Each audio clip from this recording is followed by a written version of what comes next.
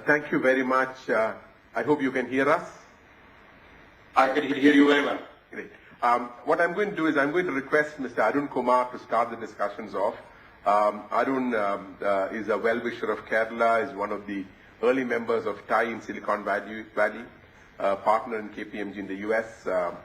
Actually, as was mentioned earlier, was a co-editor of the book on Kerala, which was brought out a few years ago. Arun, please. Thank you. Yeah. So, Mr. Patel, that was just a comprehensive and very, very insightful talk. And coming from someone who is also successful. I lost you. Oh. Good. You're back. Okay, good. I was just saying that that was a comprehensive, very insightful, very interesting talk. And coming from someone who's been a successful entrepreneur as well as a successful policy maker and responsible for so much change, I mean, that's, it just comes with a lot of strength. After that, frankly, it's difficult to add to it. I mean, you covered almost everything that one would want to say about the subject. So let me try to give a few thoughts that I would have. So about why entrepreneurship for Kerala. I think Mr. Patel mentioned education. Clearly, that's one of our great strengths, compared certainly to most other states in the country. But we also have a lot to improve in education. And I think it would be worthwhile for us to think about how we can step it up in terms of quality. In particular, I feel that there's an area which is neglected all over the country, which is the humanities and the artistic side. Because today innovation is both left brain and right brain. So when Steve Jobs gave that famous speech, convocation speech at Stanford, which is on YouTube and has been viewed by millions, he talked about the one thing that he learned, which is how to do good calligraphy. That was one of his big insights that helped him design, bring in great concept of design into the Apple computer. So I think, we have a chance here to build on what we have, education, by really looking at it slightly differently from everybody else. In most places, they're just increasing the number of engineering colleges and so forth, which we need to do, but also infuse, some humanities and artistic aspects to education. The second, I think Keralites are outward looking. I mean, a huge percentage of our population lives outside Kerala. They come home with ideas, standards, etc., from around the world. So that's a competitive advantage for us, that we're outward looking, and that should be helpful for us in entrepreneurship. Third, I think we have traditions that Mr. Patel talked about. He mentioned some of them. Healthcare, nursing, we've got nurses from Kerala all over the world. Ayurveda, hospitality. So these are traditions that we can build on to build a Kerala brand. And finally, I think an aspect of Kerala is that there's an irreverence here. We don't respect authority. We question the way things are done, which I think is fundamental to entrepreneurship. Entrepreneurship, as was stated this morning, I think it was Arjun who talked about the fact that he posited the difference between a manager and an entrepreneur. And entrepreneurship is about disrupting. So I think we in Kerala, with the irreverence, the questioning approach, we certainly are well positioned to be disruptive and to have entrepreneurship. The world is changing in many ways, and this was alluded to, I think, by Mr. Paligi in his talk, of how organizations don't live that long, and even when they do, the business of the organization has changed, the people have changed. So, in some sense, willy-nilly, everybody today has to be an entrepreneur. Everybody has to have a greater capacity for risk-taking and view the world in a different way, as opposed to looking for security, because that no longer exists. The fact is that just no longer exists. So entrepreneurship is essentially an imperative, individually for people in Kerala, as well as to produce jobs and growth. Finally, I wanted to come back to some comments that Mr. Petroda made. I mean, he talked about the importance of, local versus just global, small versus just big, tradition versus just looking out to follow what the West is doing, and maybe that's tradition versus just technology. And I'd love to hear from him more about how you might think about doing both, about how you can be local and then be global, small, as well as have some big successes, how you can combine tradition and technology. Because in the case of technology, and in fact, I think Mr. Pereira mentioned how you can use technology for education. which is a good example of using technology for changing the way we do things. And that really is the big differentiator. The reason that one reason why India had 27% of the world's GNP in 1720, in the early part of the 18th century, was because we all had the same all the countries had the same manual technology. Once technology changed, the West had the technology and we lagged behind, and therefore their productivity per person went up, and so it was no longer, GDP was no longer the number of people times average productivity. Today now, that same technology that the West once had is available to all of us. So the promise for us that we can once again get back to that large part of global GNP. Sam, we just need to take a 15-second break for NIC to reconnect. So I think they're just trying to do that. We'll just take a 15-second break is what I'm told. They'll just disconnect and then reconnect again. Okay.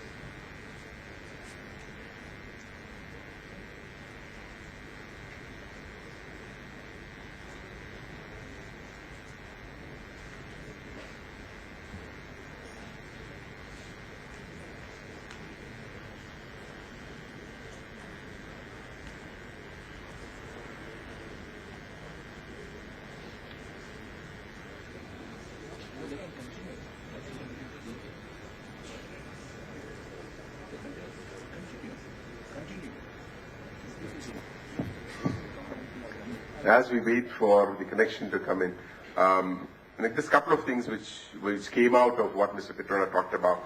Basically, in terms of maybe for us to look at a Kerala policy on entrepreneurship, maybe a good idea, and I think we work in that direction would be very good. He talked of those 4 or 5 key areas which we need to focus on. I think it's good. There's already a lot of effort going on the skill development part. There's some efforts which the government is doing on improving higher education. But I think the big challenge is going to be how fast we can set up something and how fast we can close it. Both these will require, I think, national level approvals on things. On setting up a company, you can do very fast. Closing it down, I think, as all of you would know, is probably going to be a big, big headache. And the cost of keeping it, or cost of closing it down, sometimes is much more than the cost of opening it up. So, which again is a big challenge. We'll need to do something in that area. Another interesting thing which which you mentioned was, about the social entrepreneurs and the kind of programs that we can do in that area, and health and education for Kerala, which being new areas that were there. Just a couple of things I just thought, over the last few weeks after emerging Kerala, the interest in Kerala has gone up substantially. I was at Pune 2 weeks ago for the King Talks, which is, the Indian counterpart of TED. In fact, Lakshmi, who actually manages that whole program in India, was supposed to be here tomorrow morning, but she is not. But they've decided that King Talks 2013 will be in Cochin next year. And King Talks will be in this hotel, and I think they've done the booking, so that's probably a good opportunity for all of us to look at something that's happening around the world. I think they had over 60 or 70 very good speakers last time, so that's something which I thought I should just mention as waiting for Mr. Pitroda to come on. Just a couple of things which I think we had raised with Mr. Pitroda while speaking, most of which he had responded to. But one of the things which came out in his talk is how do we simplify the setting up of business process, and also how do we help on quick startups. I think it'll be good if TIE, people who are in this, if all of us get together to actually tell government these are the things which need to get done. And I know TIE has already been working in that. TIE has been working very closely with the government in terms of giving feedback. Government has been taking TIE's inputs very seriously in this area, and that is something which we hope some changes should happen in the next few weeks, or at least in a few months. One of the things which I picked out from Mr. Petroda's talk was about they need to create products and services for the bottom of the pyramid, which is something which is very, very interesting, and I think the opportunity on that is very, very high. One will need to see how we do it, how do you tap that market, and you will need a different kind of a manager for that. You need a different kind of an entrepreneur for that. And this is not going to be just IT, it's going to be a lot more opportunities there. And of course, you talked about whatever we do should be affordable, scalable, and serviceable. Because one of the things which happens with a lot of our entrepreneurs is we do something, we sell the first pieces, we're not able to support it after that, and the whole market crashes. So that again is something which I think he brought out very well. I'm just trying to see whether... Kerala is that women entrepreneurship. I think if you look across this hall and you look at the delegate here, you see a very, very large number of males. And actually, I do want to share a story with you that's kind of humorous. So we were doing some very interesting training classes in California for entrepreneurs. And one of the women in the class suggested to a friend of hers, because she was looking for a groom, a match, said, look, I think you should join this class because there's a lot of guys here. You go where the market is. So anyway, she came back and these two were having a little conversation, and they came back and said, you're absolutely right. The odds are good, but the goods are odd. So this sort of speaks to the entrepreneurs a little bit.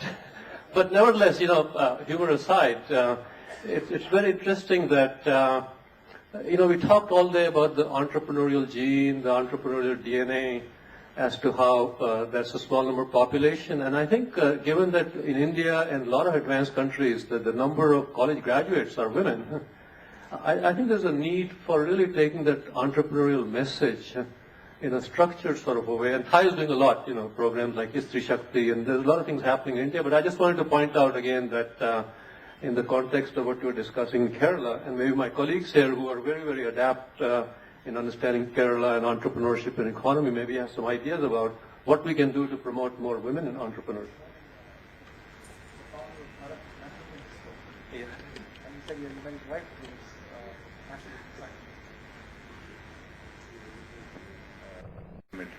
Now, if you see the entrepreneurship life cycle, there is an idea that needs to be taken to fruition. But along the way, the entrepreneur needs funding and needs a network.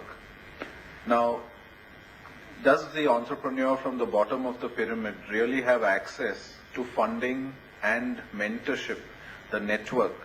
And I think those are key elements in the entrepreneurship cycle. Most entrepreneurs in this room are probably well-heeled and are able to take their idea to start off on their idea.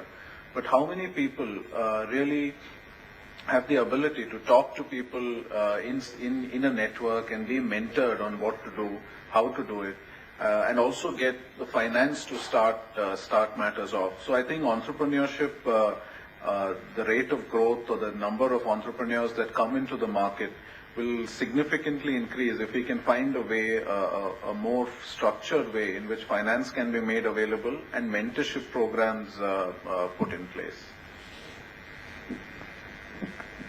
Any quick thoughts on what the Kerala government and the entrepreneurs here need to do if we have to encourage entrepreneurship? See, I think the financial aspect of that is well noted and covered, and the Kerala government is talking about a fund.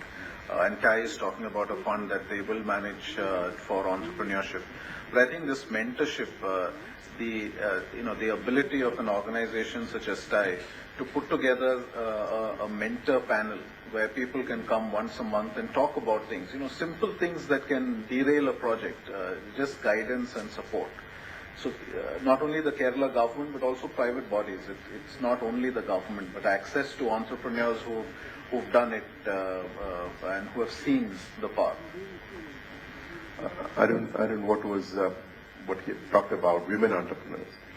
How is it that's happening? How do you find it in the US? You work a lot with companies there. are there a lot more women entrepreneurs than you would see as a percentage of the total number of entrepreneurs that you see in India? If so, what's the big difference that is there? Well, actually, I find it difficult to make a big comparison because it's not like we have too many women entrepreneurs in the United States. And we have, proportion-wise, I've seen so many successful women entrepreneurs here, including in Kerala. So I think we may not be that different in terms of here versus there. If I might go back to the previous point, that to build on what Chandni was saying, I think this whole area of seed funding is an important one. I think that's an underserved area from what I can see. Because as I was speaking to folks in the hallways, the mentoring session, it's clear that there's a lot of energy, a lot of ideas, many of them high-risk ideas. And to get funding for that, there needs to be a mechanism. To get funding for the good ideas, there needs to be some kind of mechanism, which I think is lacking today. So that's definitely one area that I would think needs a fair amount of focus. One of the things I want to add is that, again, a lot of countries across the world are looking at this, and states are looking at the U.S., and certainly Kerala ought to look at it. And that's specifically what Mr. Pitroda was talking about. What does it really cost? Not what does it take in a broad term, what does it cost to start a new business? Both in terms of time and in terms of money, because those are some very, very defined metrics, and these get measured across the globe. And I think that would be and this is, by the way, truly, totally in control of government. I mean, these are all governmental processes we are talking about. So I think that's one area that ultimately, in terms of specifically promoting entrepreneurship, creating new entrepreneurs, I think it's a very healthy one. And by the way, maybe we'll wait for Mr. Pitroda to come back, because I want to ask him this question for India, but yes. Sam, can you hear us? I can see him there. Yeah, good. Okay. Sam, can you hear us? Yeah, he's online. Yeah, I know he's online, but can he hear us is what I'm... He can hear you. He can't hear. Okay, so I mean, we can't hear what you're saying. Good. Sam, we see you. We can't hear you. Can you hear us? No. I can hear you, yes. Okay, I can hear you. Okay, we can also hear you now. Good. That's good. I mean, after all these years, we still have to go through this. I know several. I've probably done several video conferences with Pitroda, and it's not one of the best of those. But anyway, that's okay. I'm going to request Mr. P.K. Agrawal, who's the CEO and president of TAI Global, to probably react to one or two of the points and maybe quickly ask something on which you would like Mr. Pitroda to react. Yes. First of all, thank you, Mr. Pitroda, for being here, and thank you for being such a great friend of TAI. I know you've spoken a lot of places and really provide a lot of encouragement. I'm going to make a very brief statement about where we're coming from, because Mr. Pitroda has done such a great job of being a global ambassador of entrepreneurship, and for India actually, that I want to kind of give you my phase. India has gone through 4 phases, and I'll be very quick about this. Sort of India used to be well known for snake charmers and maharajas at one point, and then we moved from that mystic India to sort of spiritual India with Gandhi and Beatles and Ravi Shankar, to sort of a nerdy India, which is all about providing smart labor, to what I call sexy India. So I think in some ways we have to celebrate where we come from and where we are. We have to live up to this image of sexy India. So Mr. Pitroda, my question is that you talk a lot about starting a new business. One of the studies that troubled me, it's a global study done by Intuit Corporation, is that it ranks cost of starting a new business in India as one of the highest in the world, about $2,000 plus, while most countries tend to be in the $100 to $300 range. I just want to get your thoughts on as to what we could do about this. Would you like to react to that, or shall I get Mr. Chandi also to respond, and then we'll take it, and then you could take these questions together before I go to the audience? Do you want me to answer it? No. Would you like to do that now, or would you like to respond? I'll get Mr. Chandi also to speak, and then you could respond to all the points together. Makes it more comfortable for you. Whatever also. you wish. Great, good. Whatever you wish. I leave it to you. Yeah, we have one more panelist, Mr. K.T. Chandy, who is a partner with ENY. Mr. Chandy. Sure. So, Mr. Petroda, thank you for your, speech, and we've got quite a bit of information and knowledge from that. One particular point that you mentioned on the bottom of the pyramid, the need to serve and the need to uplift the bottom of the pyramid. The question that I had is, there is the need to serve and uplift, all right, but can we foster entrepreneurship at that level? Because the inequality will only grow if they continue to be served but not serve others through their products. So is there and as you talk to entrepreneurs, the two fundamental points that limit their ability to come up is really the finance, the seed capital, the early stage money, and the network and mentorship that goes into an entrepreneur growth. So is there a format, can it be more structured, where finance is made available, and importantly networks are opened up and mentorship provided? I think there are a lot of people in India who can provide that mentorship, and coming from a place like Kerala where inequality sort of jars for us, is there a way in which mentorship can be provided? Sam, I'll just ask one question quickly, and then maybe I'd request you to react to everything together. With the kind of, you talk at the bottom of the pyramid, kind of business opportunities, entrepreneurial opportunities there. Do we need a different kind of a manager or a different kind of an engineer there, different kind of an entrepreneur there? Somebody who understands what happens in rural India, somebody who understands what the masses need.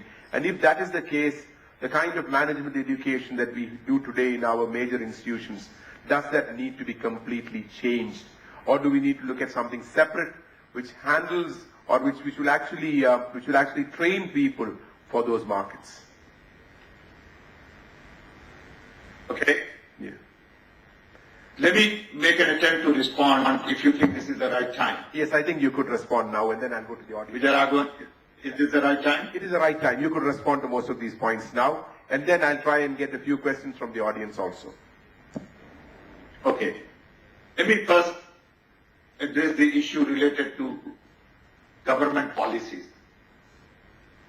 I am one of those who firmly believe that we need to redesign our processes.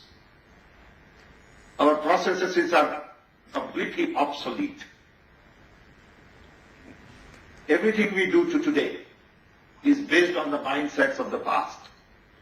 Some of our processes were left behind by British Raj that we have further complicated.